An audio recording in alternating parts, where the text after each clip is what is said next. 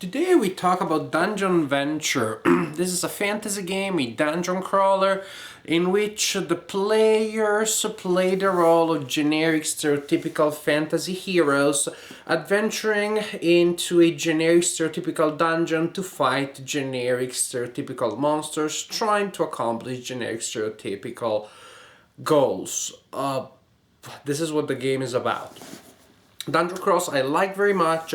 Doesn't mean that I like every dungeon crawl. From my first comments about the game, I think you can already tell where this review is going. But maybe you want to know more about the game and why I'm gonna say some fairly mean things about the game. Mean but undeserved? Well, tell about the game, then you'll figure it out for yourself. So Dungeon Venture, a player plays the role of the Dungeon Master slash narrator slash overlord. In this game, that player is called the Evil Keeper because he's very evil. And that player sets up the dungeon, as you can see here. The other players represent the stereotypical heroes that I mentioned before. You had the dwarf. You have the elf that can cast spells. You have the barbarian warrior in chainmail bikini. Chainmail bikini? Really?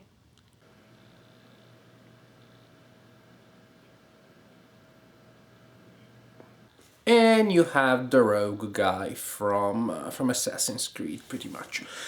Also, you may be wondering why I'm not opening the box, not showing you the inside of the box. Too dangerous. I'm afraid if I'm exposed to the components in the box for too long, I'm gonna fall asleep and I'll never be able to film this review. So I took out the rulebook to show you a couple of things about the game.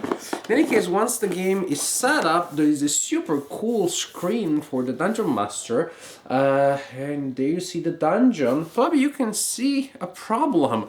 The miniatures are of cardboard. They are simply pieces of cardboard with an illustration on it, and they have the little plastic stand to stand on, which is not only not very aesthetical. I'm not that into super fancy components, so the fact that they don't look as good as plastic miniatures doesn't bother me very much. The problem is that these cardboard miniatures are flat, which means they're not very functional because from several angles you can't really tell a barbarian from an elf or from an orc or from another monster. So you kind of have to look around. Wait a second, where are we? Where is that cartridge? So, from the point of view of production, this is a game that already looks very uninspired. The dungeon, the tiles look pretty bland. The cards represent special effects, powers, events, and the backs of some of these cards, even though they are different, are exactly the same. So you need to make sure you don't mix together different decks. The game is very easy to play, super basic. Probably this is one of the intents of the game. There isn't much in terms of gameplay here because maybe the designer wanted to keep the game simple, wanted to create a dungeon themed game that could work as an introduction to dungeon crawlers in general.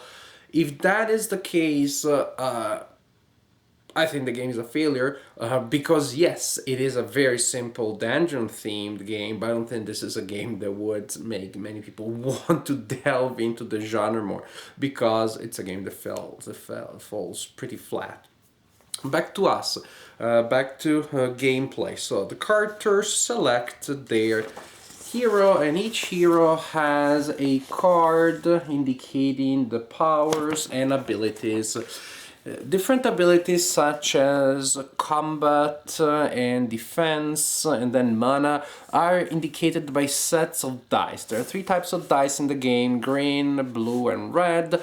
The green are the worst, the red are the best, because the green are the ones with the least number of hits and a lot of blank sides, and the red ones have a lot of hits and not many blank sides. So when you will roll your pool of dice, you look at the hits that you roll, and that determines the level of success that you have.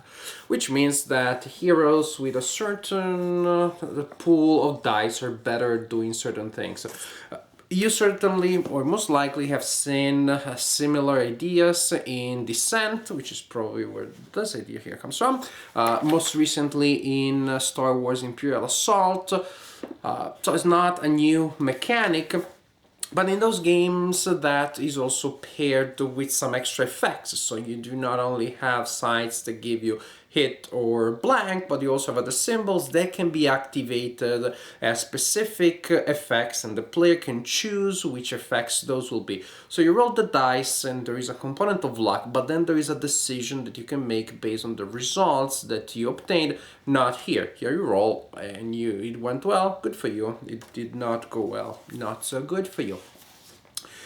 Players are trying to accomplish objectives that are determined by the Evil Keeper, depending on the scenario that the Evil Keeper has selected.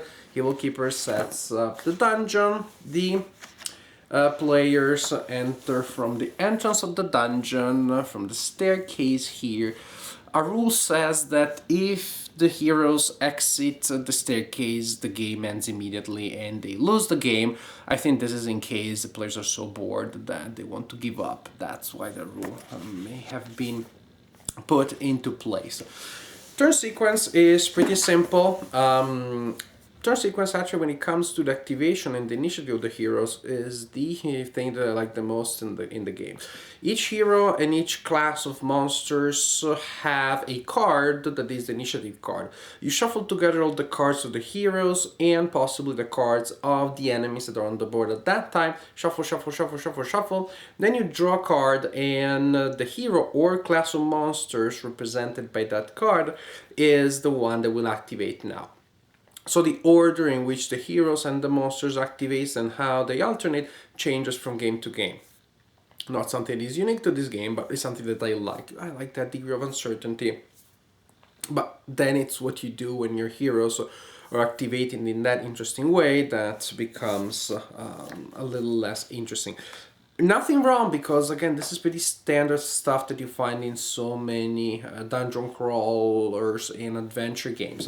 The point here is that heroes, when they activate, they can move up to their full movement allowance, but they cannot move diagonally. Oh, no. They have to move orthogonally only, which frankly seems a little silly to me. Oh, the monster is there. Let me walk around it because I really want to attack it, but not from here. Ooh, I freak out when I see monsters from a corner. The same is for attacks and movement. They cannot work diagonally. So you can move and then perform an action. The action can be attack, to give an object to another player, to swap positions, but the rule says the other player has to agree. Makes sense to me. To do stuff like playing cards, to generate certain effects, to cast a spell, to move again, to open and close doors, and there's a little bit of a fiddly procedure here when you can do it. This is the weird thing. When you die, you don't exactly die. Your character is not out of the game. The beautiful cardboard miniature is replaced by another cardboard miniature that represents your hero in a ghostly form. You become an essence. You become a ghost of yourself. And then you can try to walk to a shrine, which is a special place where you will be reborn. Essentially, the shrine is a generic blank tile with the logo of the game on it, with this V here. How weird is it that in a fantasy world there is the logo of the game itself? So when you die, you become a ghost, and all of your items stay with you. They all become ghostly items. Your sword, your clothes, your magic boots. They all take ghostly form. You can pass through things, but one of the actions that the players have is that they can pick you up. They can pick up the ghost and help the ghost reach the shrine. I had to reread this passage at least 5 times because I thought that had to be a joke. Nope. You can walk around with that ghost that's completely immaterial, incorporeal, passes through things, but you can still lend a hand to a ghostly pal. So you simply move and perform actions to attack, to use a melee attack. You need to be adjacent to an opponent, but not orthogonally. You roll your dice for attack, the pool of dice that you have. You roll, the opponent rolls the defense dice. Defense hits are subtracted from attack hits. Whatever is left is inflicted on the opponent. Standard monsters have 1 point of health, so they go down and die when you touch them. The heroes lose points, and also you keep track of that using markers. You can cast spells, and the spells come in cards, represented by cards. They're discarded, and they need to. And the characters need to go to a shrine to get their cards back, to have that ability regenerated. Playing the wizard in this game, which is what I did, is particularly unappealing. It reminded me of playing the wizard, the first level wizard in D&D in the early 90s, late 80s. We're just first level wizard. You just go around looking all scared, like a little bunny, for like an hour or two, hoping that everybody will protect you. Then one time you see a monster, you cast your powerful missile spell, which misses of course, and then you go back to hoping that nobody hits you. Really unappealing, really boring. Range attacks, you have range attacks. Are you worried about line of sight? Worry not, my friends. In this game you have line of sight as long as you are in the same room with your target, and or you can be in the square just outside of a door. So if you are outside of a door but just in front of the door and there is an enemy in a corner which is impossible for you to see, and there are 10 orcs in front of you of that target and all of your friends and furniture, your magic arrow can go in there, because from inside a room or just outside a room you can hit anything and everything in the room. Wanted to simplify line of sight rules, so they sure did this in this game, but to comedical effect. This is the game. You go around in your generic bland dungeon, doing generic bland actions, rolling a lot of dice, repeating the same actions over and over again. If you're lucky to have a character such as the warrior or the dwarf that can attack often, at least they're doing something. If you're stuck with the wizard, then most of the time you're just not doing anything, just walking around waiting for the right time to cast your couple of spells, and then if a shrine comes around you can do it again, but it's pretty uninteresting. So if you're lucky, you do the same thing over and over again, hit. If you're not so lucky, you're not doing much. Nice choice, eh? Dungeon Venture. The heroes play and try to complete the mission. The evil keeper, who is very evil, tries to stop them from doing precisely so. The evil keeper gets cards to determine other effects. This game is not a winner. There was just nothing unappealing. I could see the similarities between this game and many other games of this ilk. And precisely because of the similarities, I could see the abysmal difference in quality of the execution. I feel like, I don't know, somebody goes to a restaurant and says, look, I like a double stacker cheeseburger with bacon and blue cheese, but please make it taste exactly like it's tofu. Descent to me is that delicious burger, and this is the tofu version. You take Descent, you take away the chrome, the effects, the fun, the theme, and that's what it's left. Just the bare bone, flavorless thingy, shapeless thingy there. I can't believe that this happened by chance. I have to believe that this was the intent of the designer. I guess the designer just didn't realize that the result would be so uninteresting. I really think that the idea was to create an intro to dungeon crawls. But do you really need that when the average dungeon crawl is not so hard to pick up? It is not like a crazy war game with a 60-page manual.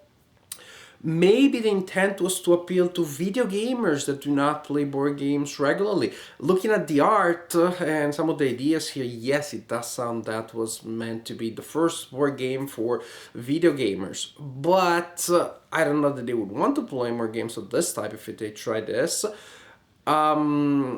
Also, maybe but just by simplifying, by dumbing down Descent, they're going to disappoint video gamers, because many video games these days are pretty complex. You do have to learn a lot of stuff, much more than you have to learn this. And if you learn that stuff, it pays off in the game, in the video game. What you have here, you pick it up very early, very easily, you learn it very easily, but then the performance of the game, the execution of the game is so unappealing, so flavorless. Could this be used as an introduction to dungeon crawls for children? Probably. Like, I think a 6 or 7 year old can definitely pick up this game and learn it and play it. The game, however, is pretty long and pretty repetitive. I don't know that the attention span of a child would be such that the child would be really engrossed in this game. Maybe a young gamer, 10, 12, yes, but at that point you can just teach them a slightly more difficult game, which is 10 times as rewarding and fun. So Dungeon Venture to me is a big failure in game design. If you like it, of course, there's a subjective component. I didn't like it at all. People in my group didn't like it at all. Nobody was, I wouldn't say excited by this game, but just pleased in the slightest by this game. And maybe you love it and your group loves it. Good for you. So you didn't waste the money and the time to experience Dungeon Venture. To me, this is a game that feels pointless because it is not interesting enough to be appealing to experienced gamers. It's not very good as an introduction to the game. It feels so generic, bland, and flavorless that, frankly, I don't see how this game is ever gonna hit the table again when there are so many better options out there. A friend of mine looked at some of the components and thought that actually could be good components to cannibalize and to use them to playtest other games with the dice, with the screen, with the tiles, with some of the cards, with some of the counters. That may be the best option that I've heard about the things that you can do with Dungeon Venture.